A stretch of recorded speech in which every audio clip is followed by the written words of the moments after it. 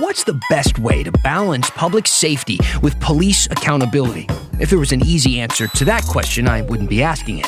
But it's something our leaders have been trying to figure out for the past year, down in Salem, up in Olympia, and here in Portland. So let's take a look at what they've come up with so far.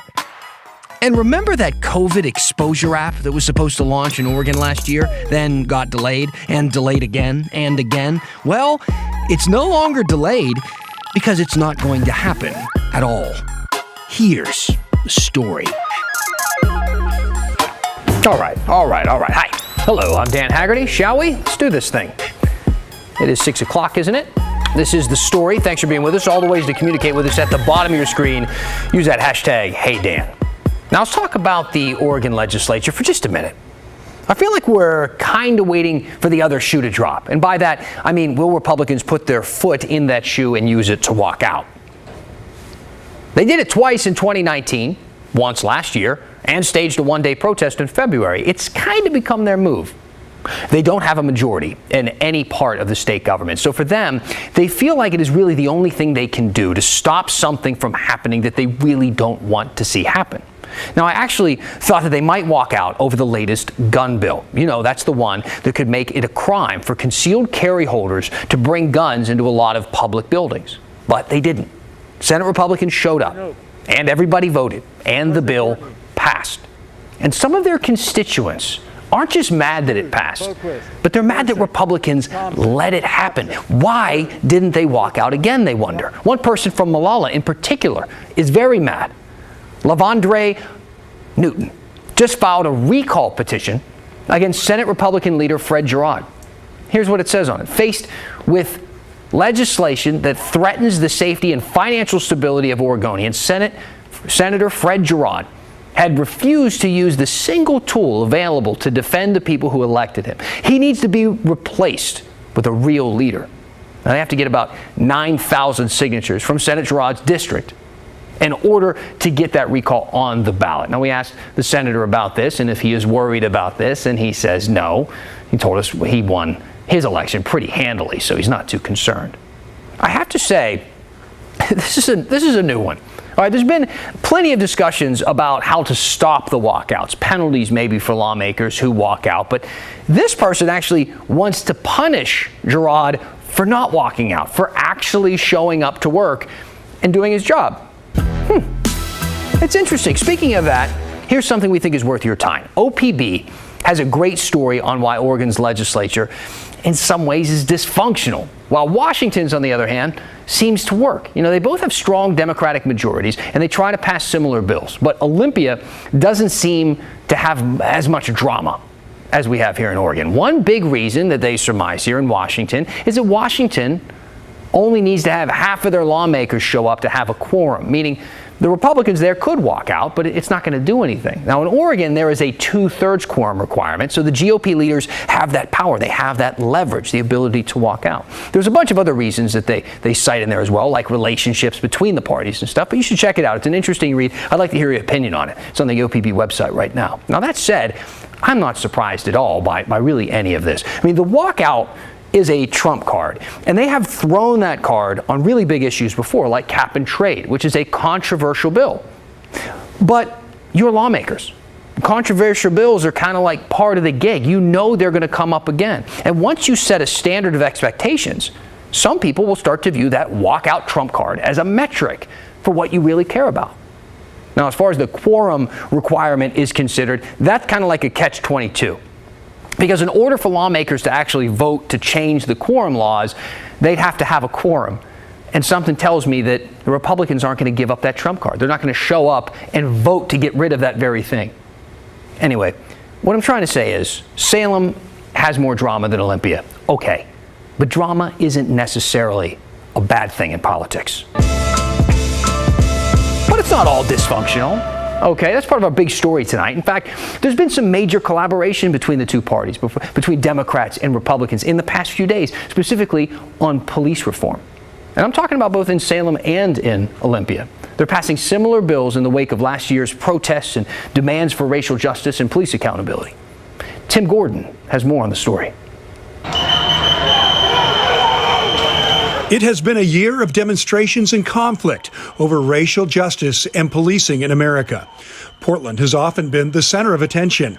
There has been unrest in Seattle, too, including violent confrontations between people in the crowd and police. Now, state legislators in both Oregon and Washington are on the verge of changing how law enforcement does its job. This is trying to address these things in a way that's going to be effective for everyone. Oregon State Senator Lou Frederick represents North and Northeast Portland.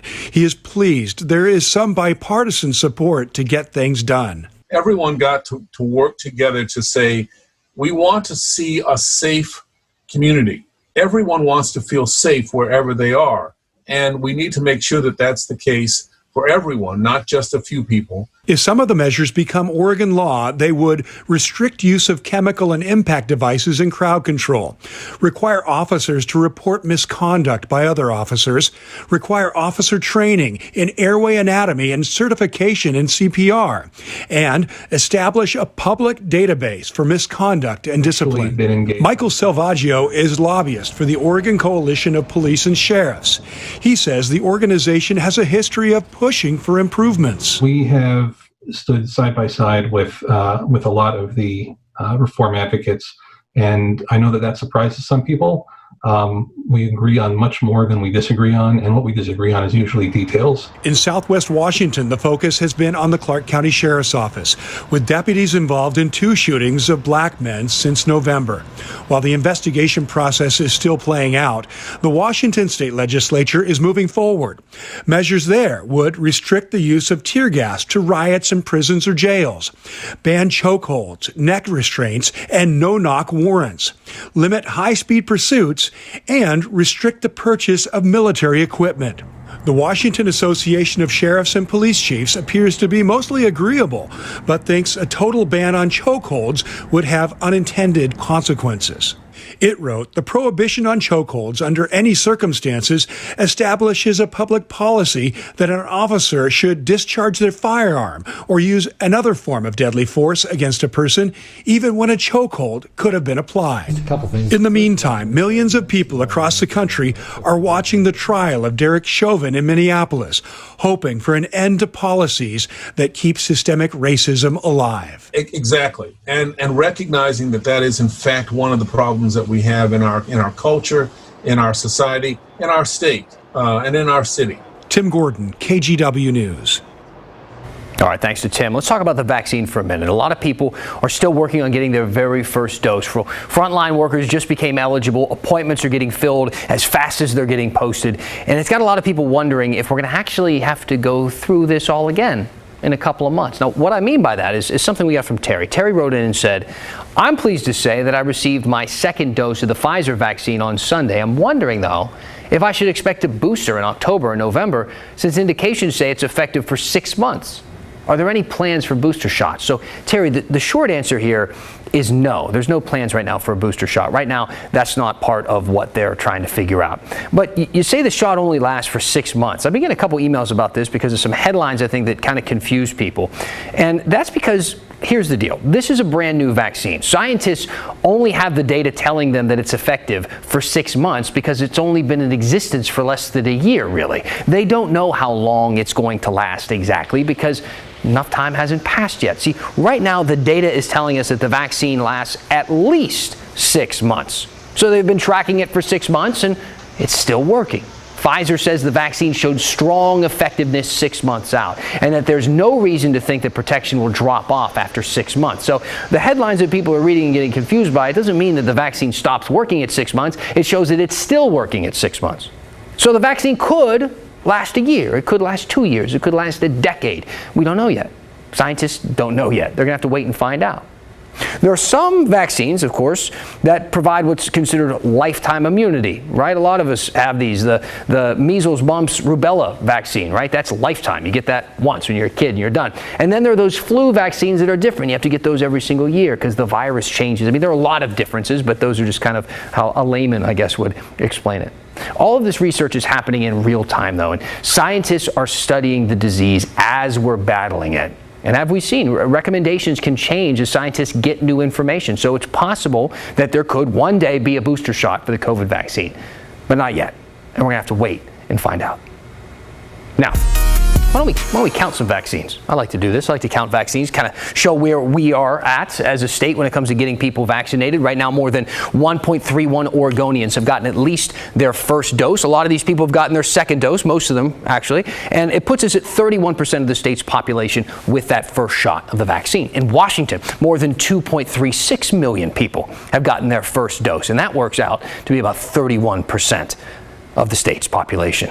David asked, what's the status, Dan, on Oregon's contact tracing app? I thought it was supposed to be deployed by now. David, you're spot on, man. You're exactly right. The COVID exposure app was supposed to launch a long time ago, actually. But the Oregon Health Authority announced this week, how about we just don't launch it at all?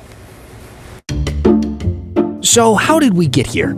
Last summer, Apple and Google introduced the technology that would automatically notify people if they may have been exposed to the coronavirus. People who test positive for the virus can anonymously report it in the app, and it'll send notifications to people who've been nearby. It uses Bluetooth technology to know who's been nearby.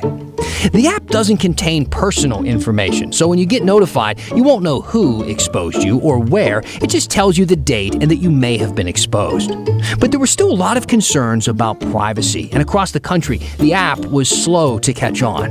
As of December, the app was only available in 18 states and territories across the country, and in a lot of places, not many people were downloading it. But it's been fairly popular in Washington, with more than a quarter of the population using it since launching there in November. Now, Oregon tested an exposure app at OSU last year. In October, the state told us it would be ready for everyone to use in December. Then in December, they told us it'd be ready in January. Then they told us, quote, it'll go live in the spring. Well, it's spring, and the state now says it's pausing the app. Translation, they're scrapping the whole thing because it's going to be too much work to roll it out at this point. OHA says they're more focused on vaccination and prevention, like encouraging people to wear masks and stay socially distant. And that's how we got here. Okay, imagine this. You go shopping and you have no idea what the price is of the thing you're about to buy. Not until you swipe the credit card at the register. That would be insane. Who would do that? How about a gas station off the freeway in Woodburn? I specifically drove around to look for their reader board, and it was there, but it was covered up. And we're not really known for tornadoes around here, but maybe you remember when this happened at a school in Vancouver. The roof of the lower main building popped off, the windows popped out, and the walls started coming down. We are digging into the vault when the story continues. Welcome back. I was just going through some comments, reading some of your emails and tweets, people using the hashtag #HeyDan. Keep them coming. You can also message us on Instagram at @TheStoryKGW. To read a few right now, Lorna writing in, hey Dan, have you ever been to Salem? You talk about it with such contempt. It's a quiet town. It's a nice place. I know that. When I say Salem, when we're talking about a story with the legislature, I'm talking about the Capitol. I'm talking about lawmakers. It's like when I refer to D.C. and when I'm talking about a political story there, I'm not talking about people who live in like Arlington.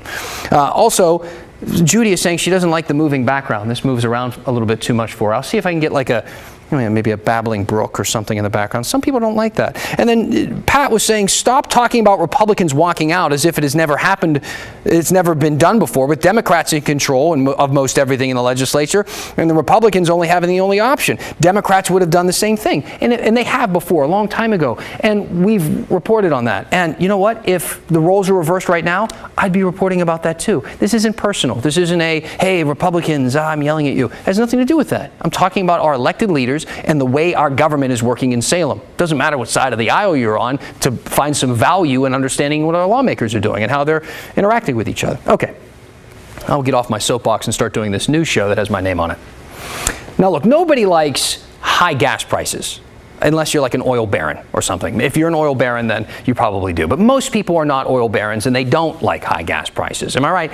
A lot of you might have gotten a little bit of a break over the past year, working from home. You're not driving as much. But you know what's really bad is when you get stuck paying for something that is more than what you expected paying. And you might not know that this is actually something that happens in Oregon and can happen in Oregon, because investigative reporter Kyle Laboshi found that gas stations here aren't actually required to post their prices to passing drivers. There are few things that irk people more than high gas prices. We hear about it all the time. The rising price at the pump. You think they'd give us a break at the pump, but no. Gas prices continue to rise. Why? And in Oregon, some of the loudest complaints seem to be coming from one gas station in particular, the Arco AM/PM in Woodburn. It was almost twice as much as it took to fill in Portland. Not only do customers complain gas prices are higher here, but those prices, they're not posted out front. There's a big banner over the price sign. I specifically drove around to look for their reader board, and it was there, but it was covered up. So blindly said, fill her up, you know. Many drivers complain they had no idea how much they were paying for gas until it was too late. I was like, dude, stop, because I noticed how quick the price is increasing. Online review sites like Yelp and Google are filled with warnings about the Arco gas station in Woodburn. There are nasty comments and photos of expensive receipts. I think it's a bad business model. So to find out how prices compare, we filled up at the Arco AM/PM in Woodburn. Can you fill it with unleaded, please? From the driver's side, I couldn't see the prices posted on the pump for each grade of gasoline. But after checking the receipt, sure enough, prices were much higher. We paid $4.38 a gallon for regular fuel at the Arco AM/PM, compared to $3.25 a gallon at a nearby Chevron and $3.29 down the street at Shell. Now, to be fair, gas stations can charge whatever they want. But if customers don't know the price they're paying... $3.25 like the rest. It's not, though. What is it? This lack of price transparency can lead to confusion and plenty of upset customers. Yeah, I'll shut it off. Records show over the past year, there have been 59 consumer complaints filed with the Oregon Department of Justice about the Arco station in Woodburn. A lawyer representing the gas station declined to comment due to an ongoing investigation by the DOJ. Records show the owner has responded to complaints filed with the state by explaining our station is a franchisee of BP Arco Corporate and has charged much higher prices for the fuel we buy from them than they charge other Arco stations in the area. Additionally, the owner notes fuel prices are posted on each pump, and this is all that is required. When it comes to advertising on the street, Oregon law says a retailer is not required to display prices charged for motor vehicle fuel. Is that really the law? That is the law. Oregon gas stations are not required to post signs that show the prices of the fuel they sell. Marie Dodds of AAA explained there are no federal requirements either. Instead, there's a patchwork of laws across the country. So we have different laws and regulations in different states and sometimes even different cities, so it can be really confusing for consumers. For example, New York requires gas prices posted so they're clearly visible to any approaching car. Maryland has a similar mandate. Prices must be readable to passing drivers. So does Orlando, Florida, which requires the big block letters be a certain size. Again, in Oregon, there's no state law requiring advertising for passing drivers. But most gas stations are up front. They post them outside. So the question is, do we really need a law?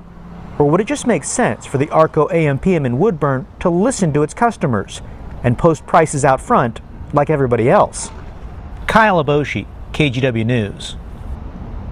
Now, we don't really live in a crazy weather area. There are several around the country. I wouldn't say this area is one of them. I mean, we get a lot of rain, but that's usually just kind of drizzle. It's not necessarily a downpour all that often.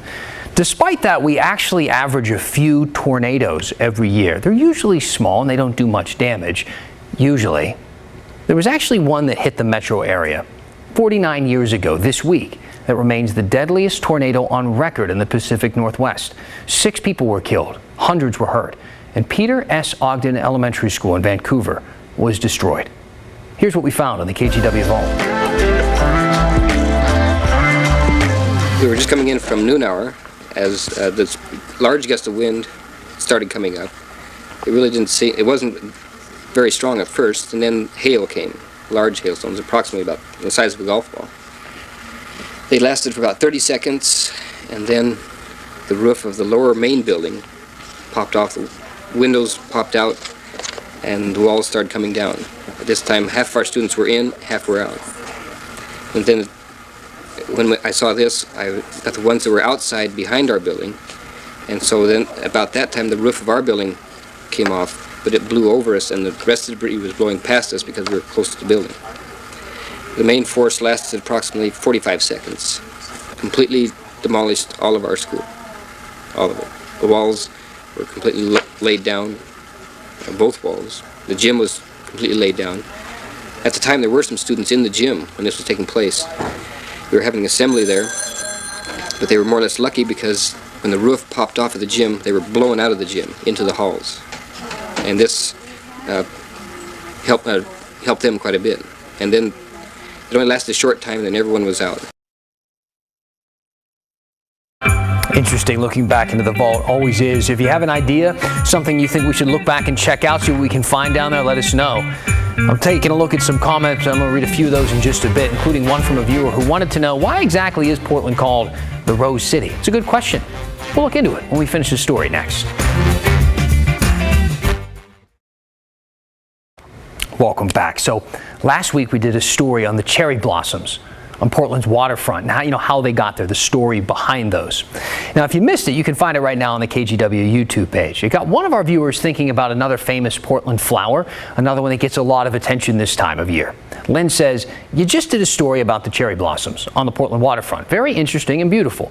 It makes me curious as to how Portland got the name the Rose City. So we looked into it and found out.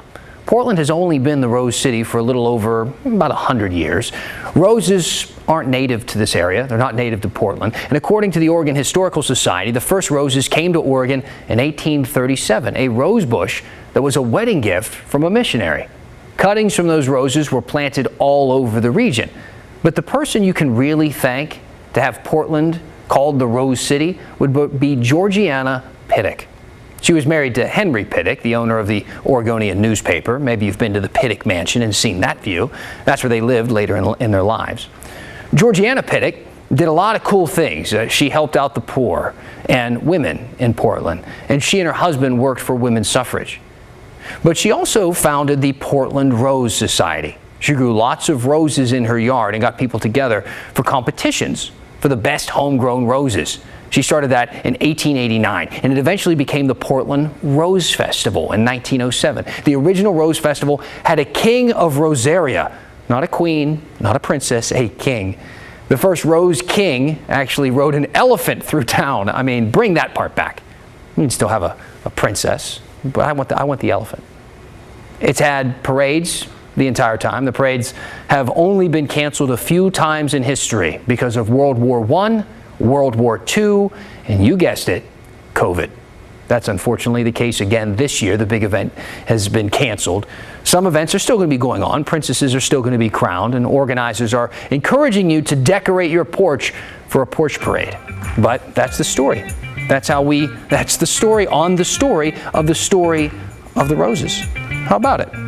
I got an email I want to read as we kind of say goodbye here. I've lost it on my phone, but somebody told me that I pronounced the word get wrong. That I say git, G-I-T instead of G-E-T. I've had news directors in my career talk to me about the way I pronounce words because I kind of have a little bit of an accent from where I'm from. Do you want me to be phony? Be like an actor, come up with a special accent so that I fit in? Or do you want me to be me? Don't answer that. That's the story for tonight. Now get out of here.